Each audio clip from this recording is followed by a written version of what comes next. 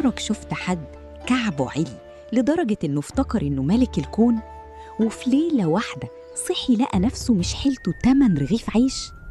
قصة النهاردة مش مجرد حكاية قديمة، دي درس لكل واحد فاكر إن الفلوس والمنصب هي اللي بتحميه.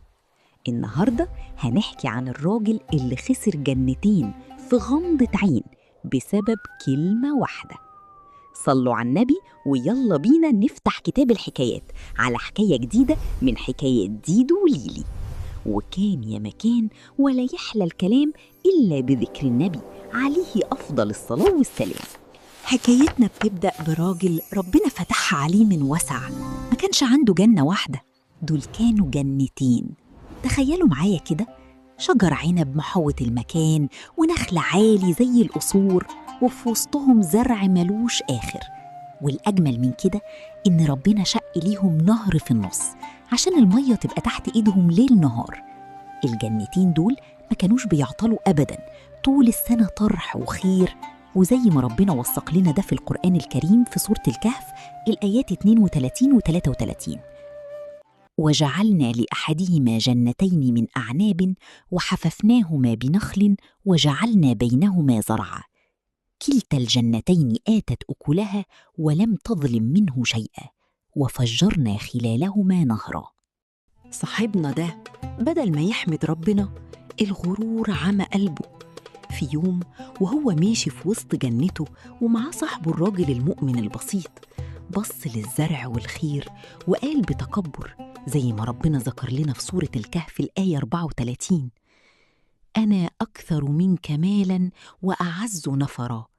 ومش بس كده، ده وصل بيه الجحود إنه دخل جنته وهو ظالم لنفسه، وقال زي ما ربنا وثق لنا في سورة الكهف الآيات 35 و 36: ما أظن أن تبيد هذه أبدا وما أظن الساعة قائمة ولئن رددت إلى ربي لأجدن خيرا منها منقلبا. عارفين يعني إيه وهو ظالم لنفسه؟ يعني هو مفكر إنه بيتباهى على صاحبه، لكن الحقيقة إنه كان بيأذي نفسه وهو مش دريان. ظلم نفسه لما صدق إن الفلوس والزرع هيدوموا للأبد، وظلمها أكتر لما نسي إن اللي اداله قادر ياخد منه في لحظة. هو اللي قفل بإيده باب الرحمة وفتح على نفسه باب الحسرة. صاحبه المؤمن بصله بحزن وحاول يفوقه من سكرته، وقال له زي ما ورد في سورة الكهف الآيات 37 و 38: أكفرت بالذي خلقك من تراب ثم من نطفة ثم سواك رجلا لكن هو الله ربي ولا أشرك بربي أحدا. والكلام ده معناه إن صاحبه بيفكره بأصله، بيقول له إزاي تتكبر وتكفر بنعمة ربنا وهو اللي خلقك من مفيش، من شوية تراب بقيت بني آدم كامل. فبدل ما تفتخر بفلوسك افتخر بعبادتك لربنا اللي ملوش شريك. وبعدين نصحوا النصيحة الغالية اللي بنقولها لحد النهاردة زي ما ربنا ذكر في سورة الكهف الآية 39: ولولا إذ دخلت جنتك قلت ما شاء الله لا قوة إلا بالله. وهنا بيعلمنا روشتة الحفاظ على النعمة، إنك أول ما تشوف خير في إيدك أو بيت غيرك تنسب الفضل لصاحب الفضل وتقول ما شاء الله عشان البركة تزيد والنعمة ما تطرش. وفي الآخر حذروا إن اللي بيتباهى بيه ده ممكن يروح في لحظة، زي ما ربنا وثق في سورة الكهف الآيات 40 و 41: فعسى ربي أن يؤتيني خيرا من جنتك ويرسل عليها حسبانا من السماء فتصبح صعيدا زلقا أو يصبح ماؤها غورا فلن تستطيع له طلبا. يعني قال له بلاش تغتر بصمود الجنة دي، لأن ربنا قادر يبعت عليها صعقة أو نار من السماء تخليها أرض ناشفة تتزحلق من كتر ما هي جرداء ما فيهاش عود زرع، أو يخلي المية اللي بتسقيها تغطس في أعماق الأرض وما تعرفش توصل لها تاني أبداً.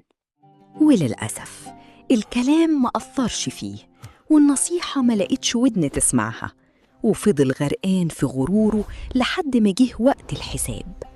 وفي ليلة هادية والناس كلها نايمة نزل أمر ربنا بالهلاك على الجنتين وهي في كامل زينتها. وصحي صاحبنا الصبح على فجعة ما كانتش على البال. الجنتين اللي كانوا حتة من الجنة على الأرض بقوا رماد، والزرع دبل ومات. وزي ما ربنا وصف لنا المشهد ده بدقة في سورة الكهف الآية 42: وأحيط بثمره فأصبح يقلب كفيه على ما أنفق فيها وهي خاوية على عروشها. وهنا الآية بتوصف لنا قمة العجز والندم. أحيط بثمره يعني الهلاك حاصر جنته من كل ناحية، ما سابش فيها غصن سليم. وصاحبنا وقف مذهول يقلب كفيه، ودي حركة بنعملها كلنا لما نكون في قمة الحسرة والذهول.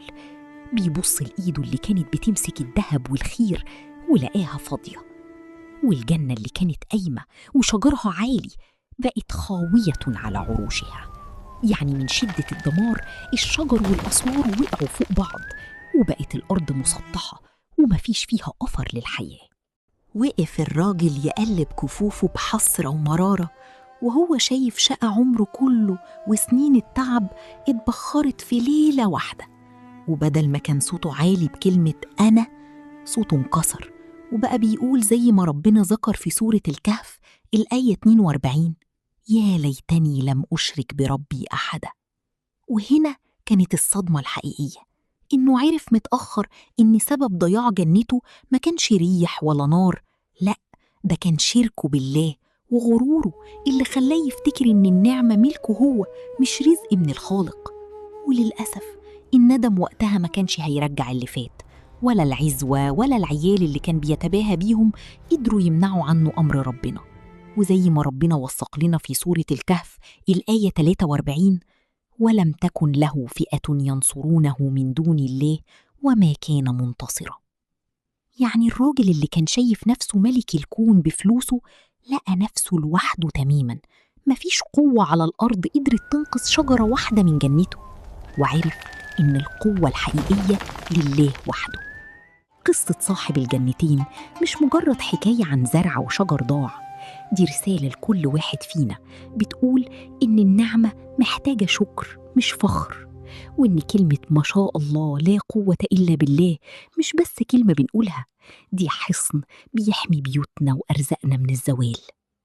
دي كانت حكايتنا النهاردة من كتاب الحكايات، يا رب تكون العبرة وصلت لقلوبكم. استنوني في حكاية جديدة ومعجزة تانية تهز المشاعر، وما تنسوش تشتركوا في قناتنا حكايات دي دوليلي وتفعلوا الجرس عشان يوصلكوا كل جديد. سلام.